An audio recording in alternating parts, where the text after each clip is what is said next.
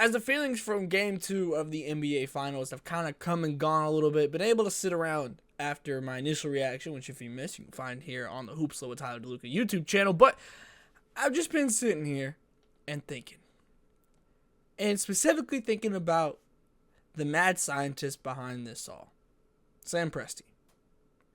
Sam Presti has been in Oklahoma City from the very beginning. This is his franchise just about as much as any GM could possibly have their franchise be.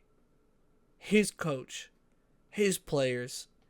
I mean, when you think about what we have seen this team become and the values that strike through so clearly in the process of Sam Presti building this Oklahoma City team, I kind of sit back in amazement a little bit at just how insane this man is. And especially when you compare it to so much of the NBA in the way that we see it now.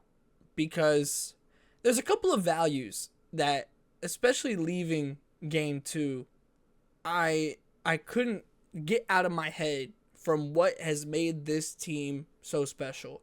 And part of it is that Sam Presti is insane. And I mean that in the most complimentary way. I'll tell you a story. I'll never forget it. I'm born and raised here in Oklahoma. I was actually an intern for the Thunder once upon a time. I was a broadcast intern. And I'll never forget this. It was during one of the harsh rebuilding seasons. I'll just put it like that. And it's late in the season. We have injuries and all those type of things. And I'll never forget it because I get into his elevator. And I'm on the very bottom floor. And I need to get all the way to the top. And I go up one floor. Sam Presti walks on. And as Sam Presti walks on this elevator, he's on his phone. He's doing his thing. And the person running the elevator, sitting in that chair, looks at me and he goes, so how you think they're going to do? You think they're going to do well tonight? I know it's been a rough part of this season.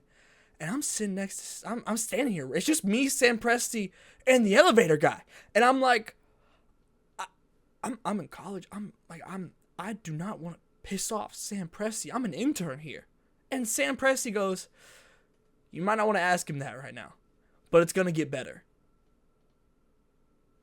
It's gotten a whole lot better. I mean, I can't put into words just how impressive this has been. While everyone clowned all the draft picks and everything that Sam Presti was doing, he stuck to his guns and he stuck to his values. And one of the most important ones, and there's two that really have stuck out to me, one of the most important ones is patience.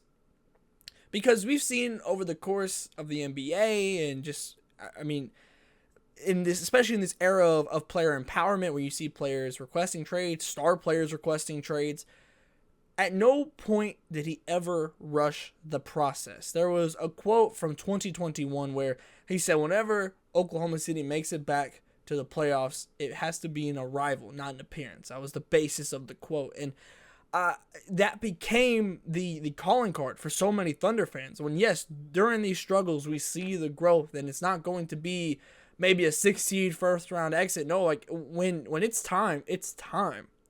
And that has pretty much come to fruition. Obviously, last season, it was not the ending that Thunder fans wanted or really expected. It kind of, PJ Washington just became a Thunder killer. If you know, you know. And it didn't go to plan. And to that point. But still, making it to the Western Conference Finals in your real first playoff run is still an arrival. But it wasn't enough. So part of patience is knowing when to act. Sam Presti knew when to act. And it wasn't trading for some star player. It wasn't trading away all your draft picks. It was trading Josh Giddey for Alex Caruso. And in that game, too, and this final series so far, I mean, he's doing everything. The scoring, I mean, he's like equal to Miles Turner and Tyrese Halliburton in scoring, right? And they haven't been like the best scorers in this series, but that's a completely different topic. But what we saw was patience and figuring out what this team was going to be.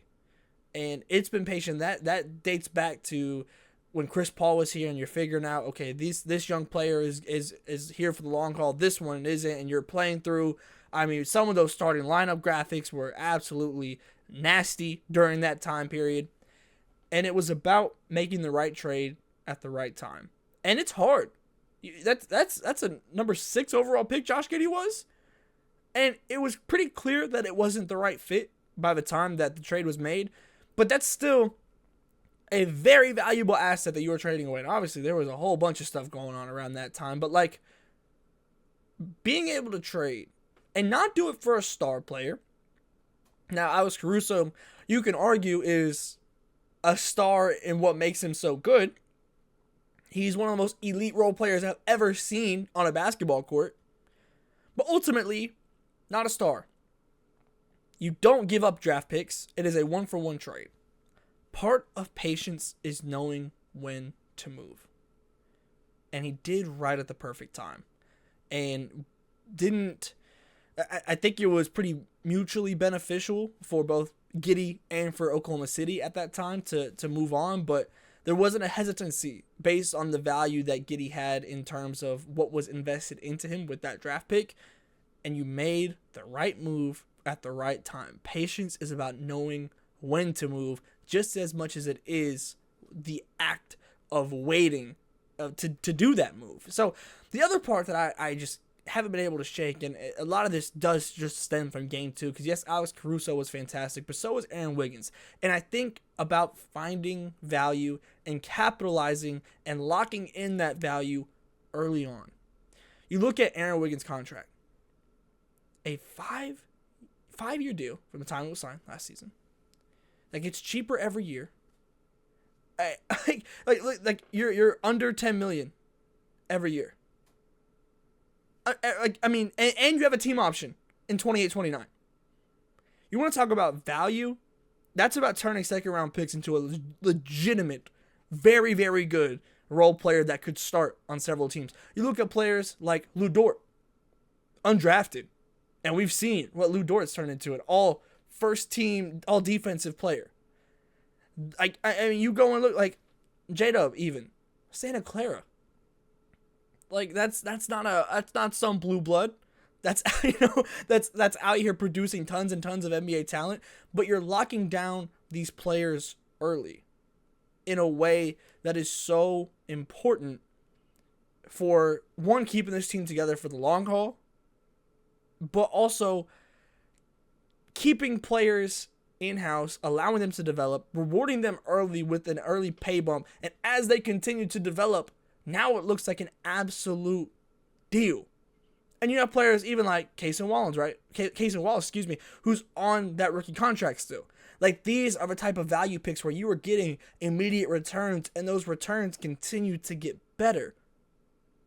So as I'm just sitting here in the wind down from game 2, I am seeing so many aspects of what Sam Presti has talked about over the past 5 years, especially because it's interesting because Sam Presti built an NBA Finals team.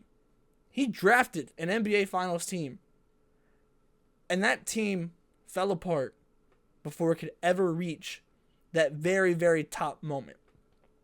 And then you get past that after KD leaves, after James Harden leaves, and there was pretty clear deficiencies in those teams that were built. Whether it was shooting, whether it was defense, I mean, there's different parts for different players. This team is value-based. This team was given time to become the team that it is, and it's all around. And a lot of those players, you look at all of these players pretty much. You go up and down this roster, you'll be pretty hard-pressed to find a player that absolutely can't play one side of the ball. And that was definitely a trend at times over the course of the Westbrook years, of where he was the primary number one guy here, where you'd have one player or two players that can only play defense, or then other players that can only play offense. That's not something you see on this team. And a lot of that has to do with the fact that this team was given room to grow. Lou Dort was not shooting like this in his rookie year. Lou Dort was not ever supposed to become the caliber of player that he is, but he has. And most places wouldn't have given that patience. But because of the patience and because of the value, you now kind of mix those points together and you have ridiculous depth along with your star players. Sam Presti is an absolute madman.